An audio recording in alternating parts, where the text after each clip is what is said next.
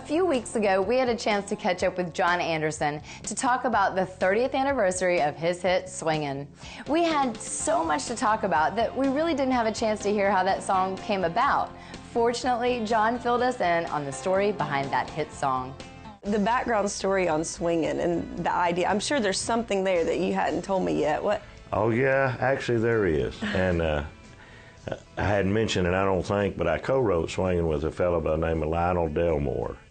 And his dad was one of the famous Delmore brothers. They're in the Country Music Hall of Fame.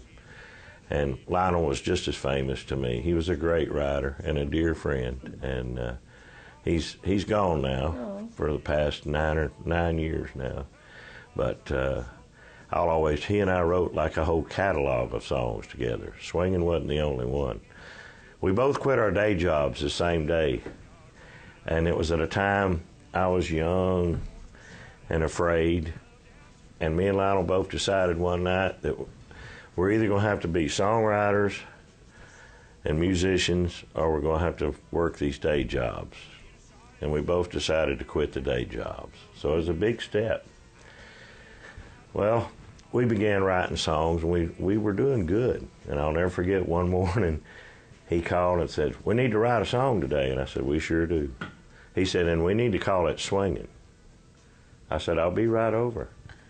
So I drove over to his place. It was about a 10-minute drive, across town. And I'll never forget, he picked up his guitar, and Lionel had a whole lot of bluegrass, hillbilly blues. His daddy and him, they all had it from North Alabama. Okay.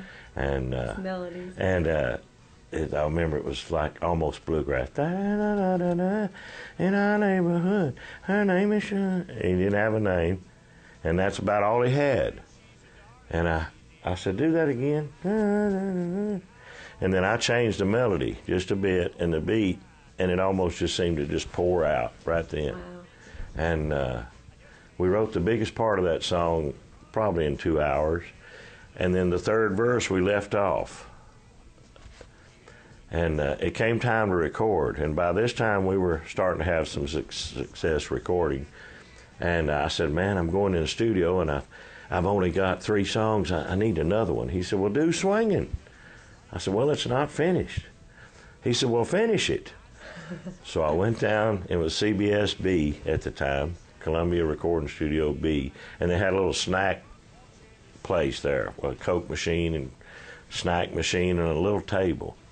And I remember getting one of the pads from one of the musicians' stands out there and running down there to that little table, and I wrote the last verse of Swingin'. And thinking by this time we were able to overdub when we recorded, I thought, well, if I need to change it, I will. And we never changed a word. Wow. So, like Lionel said, well, then finish it. So I did. What a story! And you probably didn't even know right then that this was a huge song. It was going to change your world. I knew it was a good song. I knew it was good. And it's strangely enough, most of the people in charge at the record label didn't want it on the record. How about that? There you go. There we go. I mean, nobody ever knows. True to course. And there was one man in California, my publisher at the time, and he was a huge music man and a song man. His name was Al Gallico, and he published many, many monster records. And he called Warner Brothers, I'll never forget. He called them and told them, "It's the only hit on the record." Good for him. He said, you put that on the record. And back then he had a pretty good clout. They did. He knew Mo Austin, I bet they thanked him. "I'm going to call Mo." So they put the song on the record, and Wild and Blue came out, and Wild and Blue went to #1. And while Wild and Blue was #1, Swingin' was starting to get more airplays as an album cut than the #1 record. Wow. That's when you know So you that's got when the something. record folks said, "Oh, we need to put this out." Oh, it got their attention, didn't it? How about that? I love that story. Thank you so much for sharing that with us. That's Thank you. awesome. Now it's time for our weekly songwriter tip. This week we sit down with Sony ATV's Tom Luteran as he talks about having a unique angle in your songs. As a songwriter trying to break into the marketplace, a good idea would be to separate yourself from the pack. A good way to do that would be to write a song that's not about a man and woman relationship.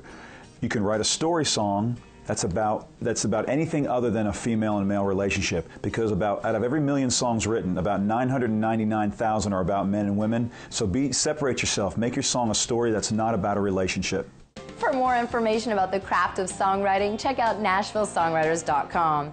That's about all the time we have for this week's show, but don't forget those EPs we have up for grabs from Rachel Potter.